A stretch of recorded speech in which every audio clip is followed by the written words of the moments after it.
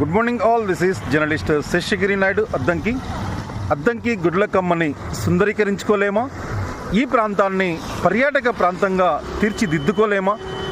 భావి తరాలకు చక్కని అద్దంకిని అందించలేమా?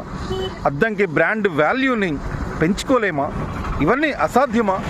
ప్రస్తుతం కూటమి ప్రభుత్వంలో ఉమ్మడి ప్రకాశం జిల్లా నేత Nookasani Balaji tourism development corporation చైర్మన్గా ఉన్నారు. అట్లాగే అద్దంకి ప్రాంత అదృష్టం అద్దంకి శాసనసభ్యులు గొట్టిపాటి రవికుమార్ గారు కీలకమైన విద్యుత్ శాఖ మంత్రిగా కూటమి ప్రభుత్వంలో అధికారంలో ఉన్నారు. మరి ఇదే చక్కని అవకాశం. అద్దంకి గుడ్లకమ్మ తీర ప్రాంతాన్ని సుందరీకరణ చేసుకుంటే మన అద్దంకి పర్యాటక రంగంలో ఒక చక్కని గుర్తింపు వస్తుంది. అద్దంకి బ్రాండ్ విలువ కూడా పెరగడానికి ఆస్కారం ఉంటుంది. మరి అద్దంకి పట్టణానికి సంబంధించి